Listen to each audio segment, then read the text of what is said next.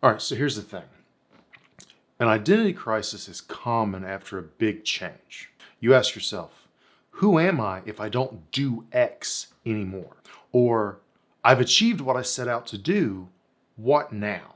The issue is most people think they have to attach their identity to one thing, like checking a box on an application.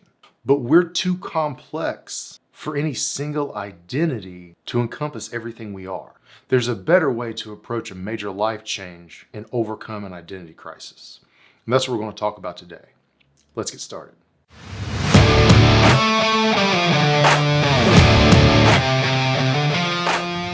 All right, so I was talking to a couple friends the other day, and both of them are having major identity crises. He's got a successful company, but doesn't really like the term entrepreneur. He's writing a book, but calling himself a writer doesn't feel appropriate to him. He's built a massive YouTube channel off being a physician, but he's decided to leave medicine to create more content to educate and inspire people to live their best life. Will his channel suffer because he isn't relying on his credentials anymore? Who is he if he isn't a doctor? She just had a kid move out of the house, so empty nest syndrome's kicking in pretty hard. She's been the CEO of multiple companies for the last 15 years, but now she wants to step down and pursue other projects. She thrives in the chaos of the business world. So all this calm feels terrifying and kind of selfish. Will she lose her credibility if she isn't a CEO anymore? Who is she if her kids are self-sufficient and she doesn't have a fancy title anymore? Neither of them knows how to describe themselves now because the titles they've hung their hats on for all these years aren't there anymore.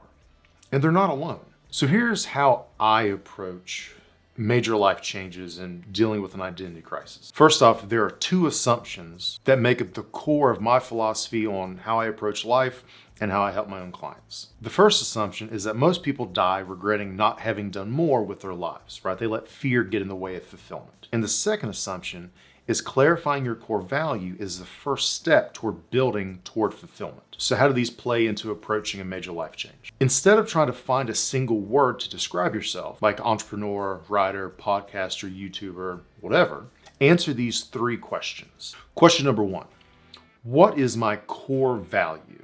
Most people don't know what makes them tick on a fundamental level.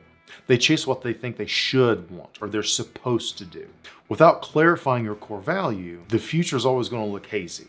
But when you figure this out, you'll know what matters most to you.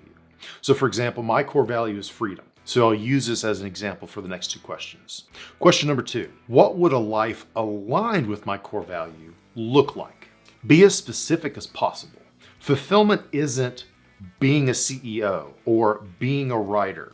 It may mean building products that change the world, helping people live their best life, the freedom to travel anytime, anywhere. So for me, a life aligned with my core value of freedom looks like being in control of my schedule, not having to do uninspiring work, exploring my creativity, being able to dress however I want, because we all know I hate khakis, and controlling who I work with and what opportunities I say yes and no to.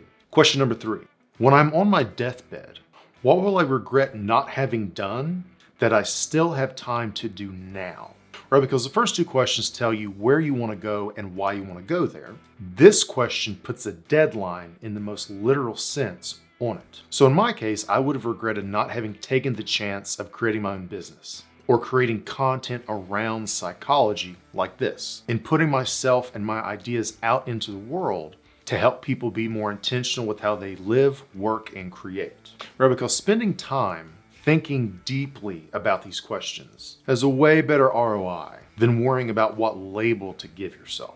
Maybe you'll find a label you like along the way, but focusing on it is a waste of your time and energy because how you describe yourself is irrelevant compared to the impact you want to make in the world or building a meaningful, purpose-driven life that fulfills you. It doesn't matter who you are.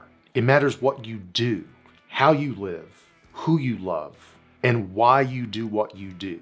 No one has an action crisis. So focus more on taking action and less on putting yourself inside a box because you're so much more than any box can contain.